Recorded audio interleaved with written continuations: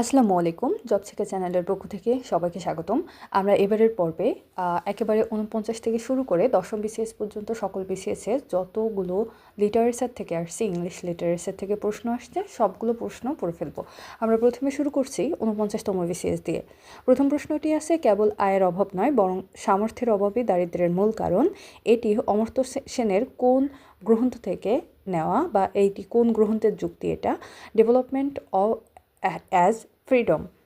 এরপরে I cannot but conclude the bulk of your native to the most pernicious race of little odious vermin that nature ever surfaced to crawl upon the surface of the earth. এই স্টেটমেন্টটি কোথায় বলা হয়েছে? Jonathan সুইফটের Gulliver's ট্রাভেলে বলা হয়েছে। Who wrote a vindication of rights of women, Mary Wollstonecraft?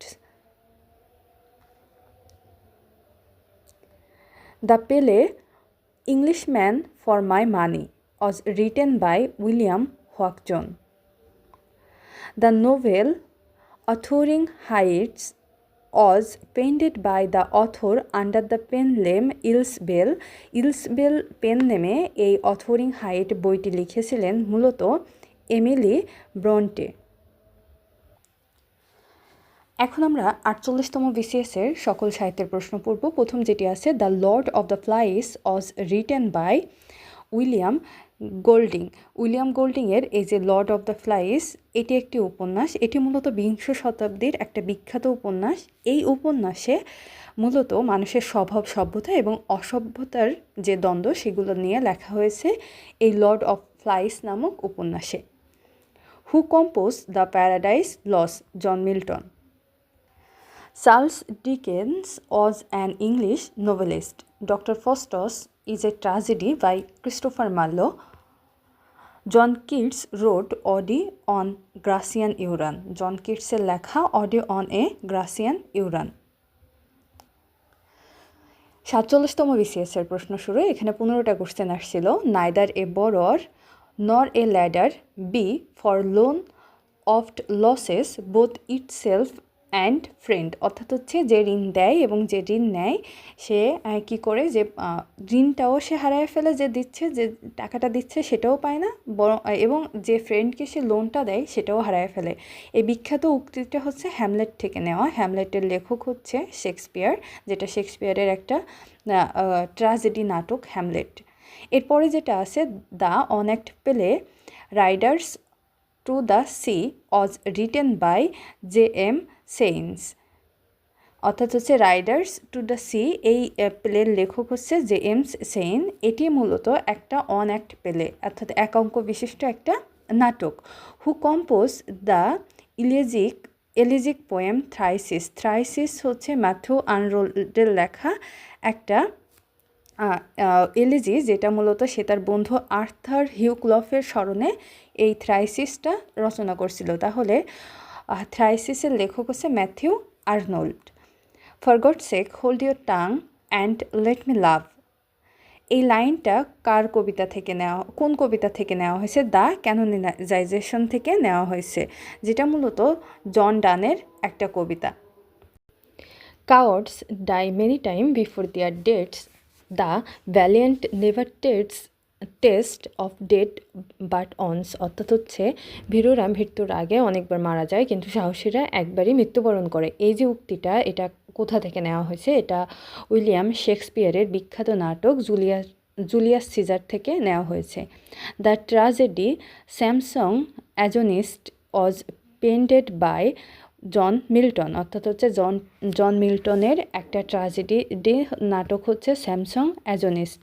তার অন্যান্য যে নাটকগুলো আছে, paradise lost, paradise regained, Samson Agonistes, Areopagitica, Lycidas on his blindness, সবগুলোই হচ্ছে জন মিল্টনের লেখা। It strange but true, for truth is always stranger than fiction is. This quotation is taken from the poet of Lord Byron. Lord বাইরনের বিখ্যাত কবিতা ডন জান থেকে নেওয়া হয়েছে এই উক্তিটি। It's strange but true, for truth is always strange, stranger than fiction. Who is the playwright of the absurd drama Waiting for Godot? Waiting for Godot এই ড্রামাটা স্যামুয়েল বেকেটের লেখা waiting for Godot. Who is the writer of the famous essay tradition and the individual talent? T S. ইলিয়টের লেখা। এটা মূলত সাহিত্য বিষয়ক একটা এসে, যেটা হচ্ছে ট্র্যাডিশন অ্যান্ড ইন্ডিভিজুয়াল ট্যালেন্ট নামে টি.এস. ইলিয়ট রচনা করছে। Our sweetest songs are those that tell of sadness thought, এই লাইনটা নেওয়া হয়েছে পিবি শেলির টু স্কাইলার্ক যে কবিতা, সেই কবিতা থেকে, পিবি শেলির টু এ স্কাইলার্ক কবিতা থেকে। Our sweetest song are those that tells of saddest thought, এই উক্তিটি নেওয়া হয়েছে। Who author the futuristic novel brave new world, এটা অ্যালডোয়াস লিওনার্ড হ্যালাক্সির লেখা একটা বিখ্যাত উপন্যাস brave new world. Knowledge come but wisdom lingers, this quotation is extract from টেনিসনের poem title by Locksley Hall থেকে, টেনিসনের বিখ্যাত কবিতা লক্সলি হল থেকে নেওয়া। Knowledge come but wisdom লিঙ্গার্স। Who was the writer of the autobiographical as well as political essay Shooting an Elephant? George Orwell যখন পুলিশে নিয়োজিত ছিল তখন তিনি তার গুলি থেকে একটা এলিফ্যান্ট মারা যায়, তার নিয়েই মূলত লেখা হচ্ছে এই অটোবায়োগ্রাফিক্যাল এই রচনাটা, জর্জ অরওয়েলের শুটিং অ্যান্ড এলিফ্যান্ট। তার অন্যান্য আরেকটা হচ্ছে গুরুত্বপূর্ণ লেখা আছে, সেটা আমাদের এই যে 24-এর অভ্যুত্থানের পরে প্রায় শোনা যায়, সেটা হচ্ছে animal farm. Good fences make good neighbours, অর্থাৎ ফেন্সি হচ্ছে বেড়া বা হচ্ছে এখানে আমরা বলতে পারি যে বাধা বা একটা শক্ত আবরণী বলতে পারি। তো আপনার যদি চারপাশে মোটামুটি একটা প্রতিবন্ধকতা তৈরি করেন তাহলে ভালো নেইবার পাবেন। এই যে লাইনটা, এটা নেওয়া হয়েছে রবার্ট ফস্টার্সের মেন্ডিং ওয়েল কবিতা থেকে। যদি আপনার লাইফে সবসময় যে প্রতিবেশীর যাতায়াত থাকে তাহলে আপনার প্রাইভেসি বলে কিছু থাকে না, সব কিছুতেই তার হস্তক্ষেপ থাকে, এজন্য একটা শক্ত প্রতিবন্ধকতা রাখাটা জরুরি। এটা হচ্ছে রবার্ট ফস্টার্সের মেন্ডিং ওয়েল থেকে নেওয়া। Who wrote the novella heart of darkness? Joseph কনরাডের লেখা হার্ট অফ দ্য ডার্কনেস। এই ছিল আমাদের 47-এর সকল প্রশ্ন। এবার যাব আমরা 46-এর। Who is the following complete an English dictionary? Samuel Johnson. The line fertility is the name of women, এটা হচ্ছে মূলত উইলিয়াম শেক্সপিয়ারের হ্যামলেট থেকে নেওয়া একটা উক্তি, অর্থাৎ হচ্ছে বনিতাই হচ্ছে নারীদের লক্ষণ এমন বলতে পারেন, বা দুর্বলতাই। Who is the most famous satirist in the English literature? অর্থাৎ হচ্ছে ইংলিশ লিটারেচারের সবচেয়ে বিখ্যাত স্যাটিরিস্টকে জনাথন সুইফটের কিছু উল্লেখযোগ্য কাজ আছে, তার মধ্যে একটা হচ্ছে Gulliver's travellers. Which period is known as the golden age of English literature? Elizabethan age. I am a man more sin against than singing, অর্থাৎ আমি এমন একটা ব্যক্তি যে অনেক বেশি সাজা পাচ্ছে যার পাপের থেকে। এটা হচ্ছে কিং লিয়ারের লেখা একটা কিং লিয়ারের উক্তি। এই কিং লিয়ার যে নোভেল, এই নোভেলটাও কিন্তু একটা ট্র্যাজেডি নোভেল, এখানে একদম সবাই মারা যায়। তো এটাও মনে রাখা উচিত যে এটা কোন ধরনের উপন্যাস। এটা একটা হচ্ছে সরি, এটা একটা নাটক, এটা একটা ট্রাজিক নাটক। এরপরে the author of a farewell to arms is Ernest Hemingway. Ernest হেমিংওয়ের আরও কিছু লেখা আছে, যেমন হচ্ছে the sun also rises, the old man and sea, the for whom the bell tolls, সবগুলোই হচ্ছে সমারসেট মুঘামের লেখা বিখ্যাত উপন্যাসগুলো আছে। Of bondage, the razor's edges এর দ্য রোজার এডগেস। আর ডিএইচ লরেন্সের বিখ্যাত উপন্যাসগুলোর মধ্যে আছে sons and lover, lady Chatterley's লাভার। আর জন অস্টেইনের বিখ্যাত উপন্যাস হচ্ছে pride and prejudice, sense and sensibility. আমরা আবার একটু পড়ে ফেলি যে আর্নেস্ট হেমিংওয়ের বিখ্যাত যে উপন্যাস, একটা হচ্ছে ফেয়ারওয়েল টু আর্মস, এছাড়াও তার উল্লেখযোগ্য আরও সাহিত্যকর্মগুলোর মধ্যে রয়েছে the sun also rises, the old man and sea, for whom the bell tolls, এবং সমারসেট মুঘামের দুইটা উপন্যাসের নাম আছে এখানে বিখ্যাত, অফ হুম বন্ডেজ এবং দ্য রোজার এডগেস। ডিএইচ লরেন্সের বিখ্যাত উপন্যাস হচ্ছে sons and lovers, lady Chatterley's lover, এগুলো। তাহলে ডিএইচ লরেন্সের যে দুইটা উপন্যাস লাভার্স মিল আছে, আর জন অস্টেইনের বিখ্যাত উপন্যাসগুলোর মধ্যে দুইটার নাম আছে, একটা হচ্ছে প্রাইড অ্যান্ড প্রিজুডাইস, আর একটা হচ্ছে সেন্স অ্যান্ড সেন্সিবিলিটি। 7 নম্বর যে কোশ্চেনটা আছে, which event influence the literature of romantic period, French revolution. এই ফ্রেঞ্চ রেভলিউশনের উপর ভিত্তি করেও একটা উপন্যাস লেখা হয়, যেটা হচ্ছে এ টেল অফ টু সিটিস। এটা ডিকেন্সের লেখা, চার্লস ডিকেন্সের লেখা। এইখানে যে টু সিটি, একটা হচ্ছে লন্ডন আর একটা প্যারিস। এরপর এটা which novel is written by an Indian novelist. এখানে কোশ্চেনটা মিসিং আছে। এইখানে the ministry of utmost happiness, ভারতীয় লেখক অরুন্ধতী রায় কর্তৃক লেখা।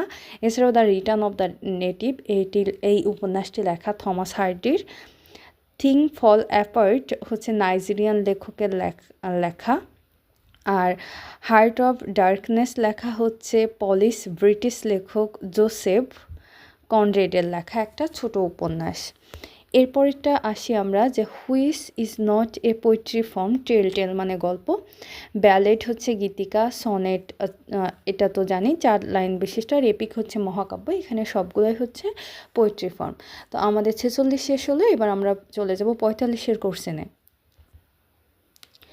Which the following novel is written by George Orwell. এখানে জর্জ অরওয়েলের লেখা কোন উপন্যাসটি? 1984 মূলত জর্জ অরওয়েলের লেখা একটা উপন্যাস। আর এছাড়াও ব্রাভেন নিউ ওয়ার্ল্ড, এটা আমরা একটু আগেই দেখলাম, এটা হচ্ছে আল্ডাস হ্যালাক্সির লেখা একটা উপন্যাস।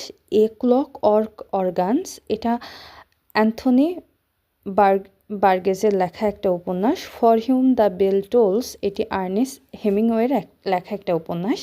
যেহেতু আমরা দেখতেছি যে অপশন থেকে কিন্তু কোশ্চেনগুলো রিপিট হয়, এজন্য আমরা আবার একবার পড়ে ফেলি 4টা উপন্যাস এবং লেখকের নাম।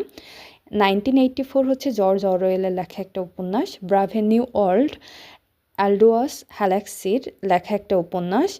এ ক্লক অর্গানস, এটা অ্যান্থনি বার্গেসের লেখা একটা উপন্যাস। For whom the bells tolls, এটি আর্নেস্ট হেমিংওয়ের লেখা একটা উপন্যাস। তাহলে 1984 জর্জ অরওয়েলের, অ্যালডোয়াস হ্যালাক্সি, ব্রাভেন নিউ ওয়ার্ল্ড লেখা হচ্ছে অ্যালডোয়াস হ্যালাক্সির। এ ক্লক অর্গানস লেখা অ্যান্থনি বার্গেসের, এবং for whom the bells tolls এটা লেখা আর্নেস্ট হেমিংওয়ের। Clym Yeobright is a protagonist of the novel, অর্থাৎ প্রোটাগনিস্ট হচ্ছে মূল চরিত্র। এই ইউব্রাইট মূলত the return of the native, এই গ্রন্থের মূল চরিত্র। এই রিটার্ন অব দ্য নেটিভ, এই গ্রন্থটি হচ্ছে থমাস হার্ডির লেখা একটা উপন্যাস। আমরা দেখছি যে একটু আগেই এক জায়গায় আসছিল the return of the native কার লেখা, এটা ছিল হচ্ছে থমাস হার্ডির। আর এখানে জানতে চাইছে যে the return of the native এর প্রোটাগনিস্ট হচ্ছে Yeobright. Desdemona is a character in the following Shakespearean play ওথেলোর। ওথেলোর হচ্ছে ক্যারেক্টার হচ্ছে ডেসডিমোনা। এরপরে Ulysses a poem written by Alfred Tennyson. এই একই নামে জেমস জয়েসের লেখা একটা উপন্যাস আছে। তাহলে উলিয়াসিস যদি পোয়েম জানতে চাই তখন সেটার উত্তর হবে আলফ্রেড টেনিসনি, এবং উলিয়াসিস উপন্যাস হচ্ছে জেমস জয়েসের লেখা। The poem to his coy mistress was written by Matthew Marvell. Matthew মার্ভেলের লেখা হচ্ছে টু হিজ কয় মিস্ট্রেস। আর এই